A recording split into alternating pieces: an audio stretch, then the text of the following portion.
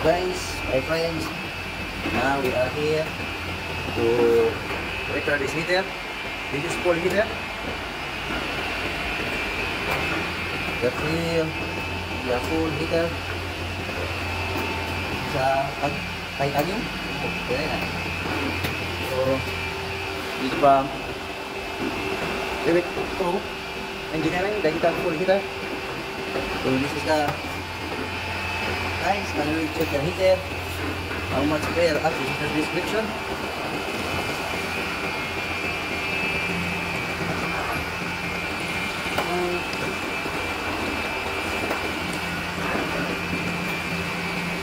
Okay.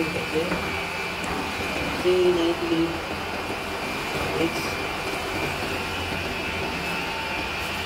We need to check. This one is straight up. Okay. This one is straight. This is heater number 1. So let's check. We'll try to check what is the problem. But mostly the problem with this one is the heater, the heating element. So we'll check the heating element, which area is burned or grounded. Okay guys. Now we'll start. Before we check everything, we need to check the breaker is off position. This heater number 1. This is the 5 and this is the unit. So we need to close the water supply. Okay. So here we need to close also. We need to close also.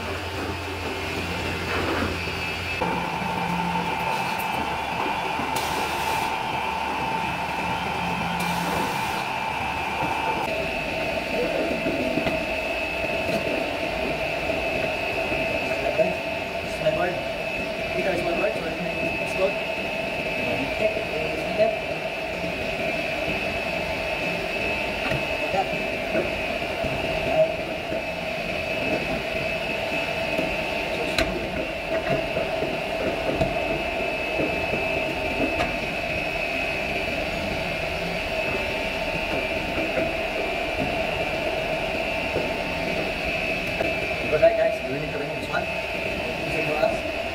So this one we need to remove. This is it. So get it. The last this one slide here. Here. So this one change position. This one cannot be inside. Okay. So we need to remove.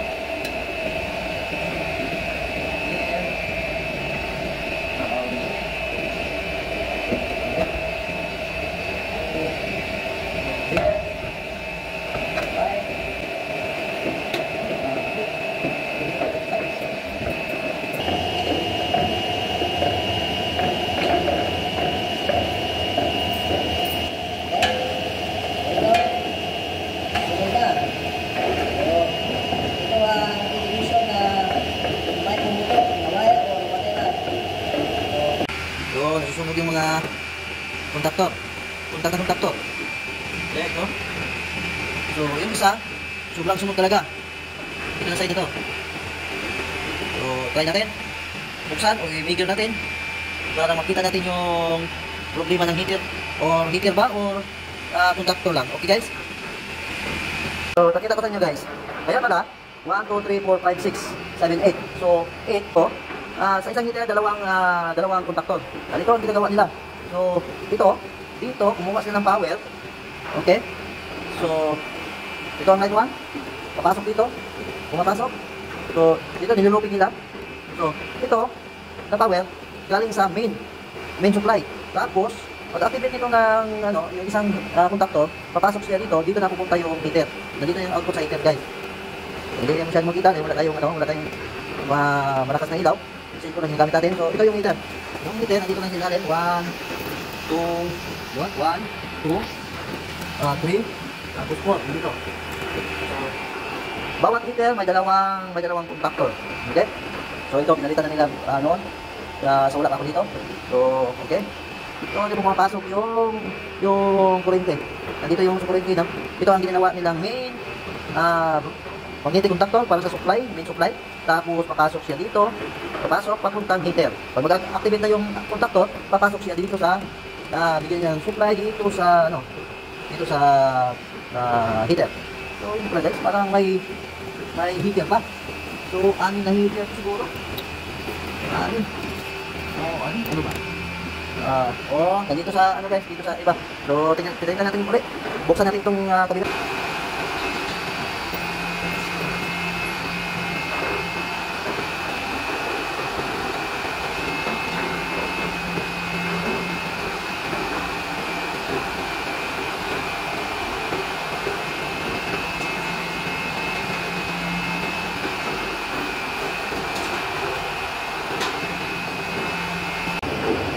So, ito na guys.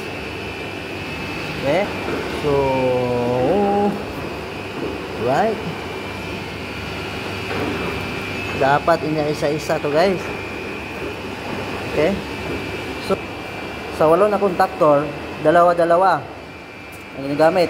So, sa dalawang heater, dalawang contactor, tapos 8 na heater to. So ito ang ginagawa nila guys. Okay. So, galing dito sa supply, balik tayo ha. Galing sa supply, papasok dito sa isang contactor. So sa dalawang heater, dalawang contactor lang. Okay? So, galing sa supply, balik tayo ha. Galing sa supply, pasok siya dito sa supply ng isang contactor. So, ito, sa supply lang to.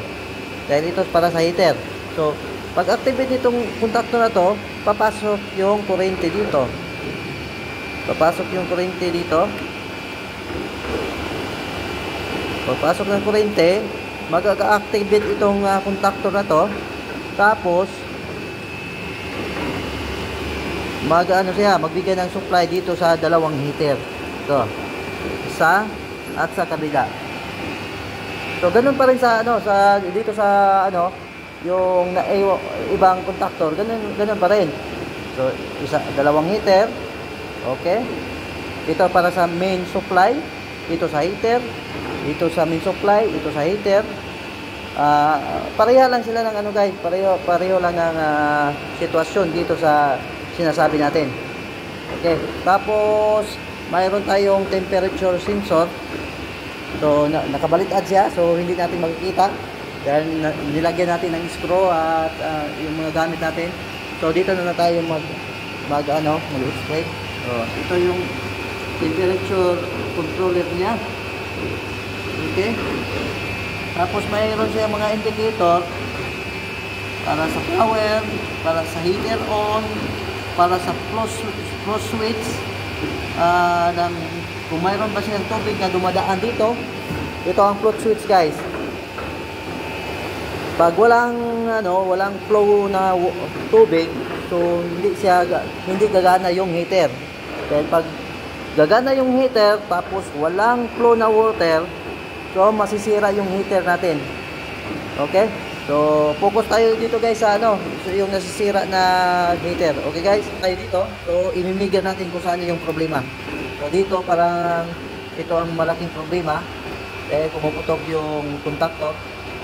So, kukuha tayo ng contactor doon sa store para mapalitan natin. Pero tingnan muna natin. Pero sigurado nasusunod na yung contact dito. Yung contact niya. Dahil babaho na yung contactor. Sunog na sunog. Okay guys? Bye guys. Mag-measure muna tayo guys. Measure natin yung mga heater. Okay? Yung mga nasisira na heater, testing natin kung saan yung sira, kung saan yung broken. Dito. Okay, para makita natin kung saan ang problema. Sino ba yung heater o grounding. Nakasukan na ng tubig. Pag pumakasok yung tubig sa heater, mag-drive yung ating breaker. Dahil yung breaker natin ay LCD. Kunting na may tubig. Kung nakatag sa body yung heater natin, may kunting na palabas, mag-drive siya. Okay? So, zero. Ikat pa. Okay. Kita nyo ba guys? Okay? Pag zero ito, yun ang indication na sunog yung heater, hindi sunog o grounded yung heater. Okay? Okay? So, isa, yung block, balik lang natin.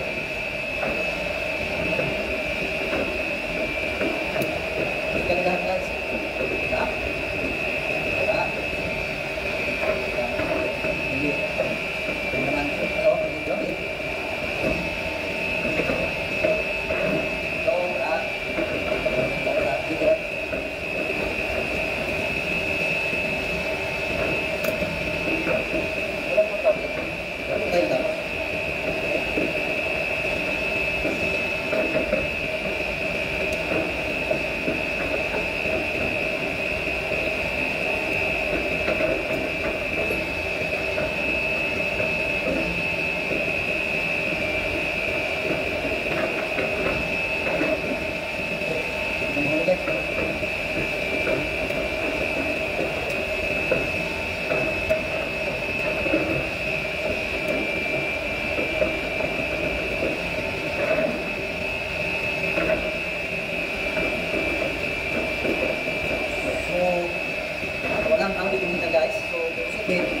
mag-spark ng ano, mag-spark ng contactor.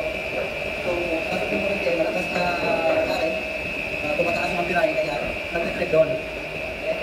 Kaya yung heater, okay naman, ayos naman, binibigyan natin. Binibigyan natin isa-isa, so walang, hindi naman siya gawin.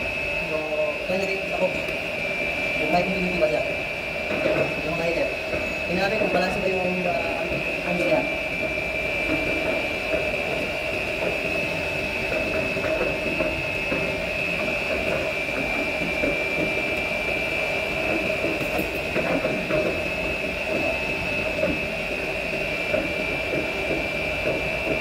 So, 15 guys, 15. 15. 15 okay?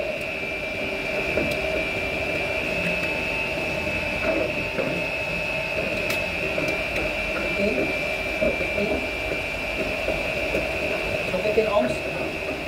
Okay siya. 15 ohms again. Again 15 ohms. This one. 15 ohms again. Ito 15 ohms. 15 ohms. So guys, walang problema sa ating heater natin. Okay? Walang problema sa heater natin guys. So ito sa heater. Sa ano ba? Line 1.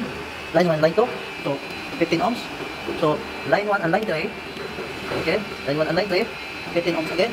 So dito tayo sa line 2 and line 3. Okay? Line 2 and line 3. So 15 ohms. So walang problema guys. Walang problema sa mga ano, yung sa heater. So ito. So line 1 sa ano, dito tapos na tayo dito. So dito naman tayo. So line 1 and line 2 15 ohms. Okay? So line 1 and line 3 15 ohms. Okay? Down na rin. Okay? So doon tayo sa line 3 and line 2 15 ohms again. Okay? So sa iba naman tayong heater. So line, tapos na tayo dito. Dito tapos na. Dito tapos na. So dito tayo sa heater number 3. So line 1 and line 2 15 ohms.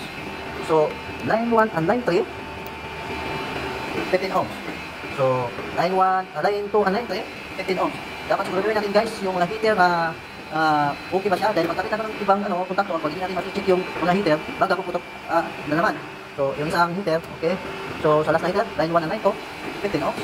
So line 1 and line 3 15 ohms. So line 2 and line 3. So line 1 and line 3. Oh, okay, line 1 and line 3. Line 2 and line 3, okay? So 15 ohms. So 15 ohms guys, 15 ohms, so dalawang heater yan. So divide to, yan. 7.5 ohms bawat isa. So guys, so titingnan natin yung mga contactor kung saan yung sunog. So yung nag-spark talaga na contactor, ito ang pinaka-black, sunog na sunog siya talaga. Okay, yung gray na po pagdating dito naging black na. So ito ang titingnan natin. Okay guys.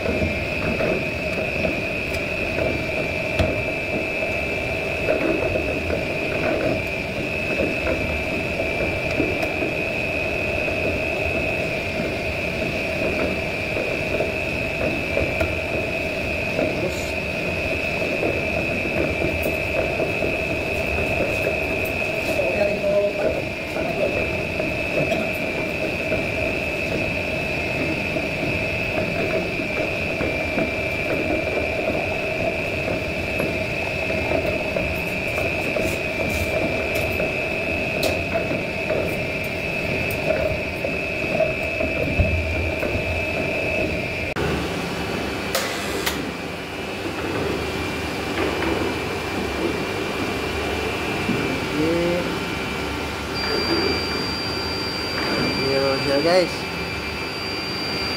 Okay, dahil siya nag-no flow siya. So nag-no flow siya. So try natin tong yung flow switch.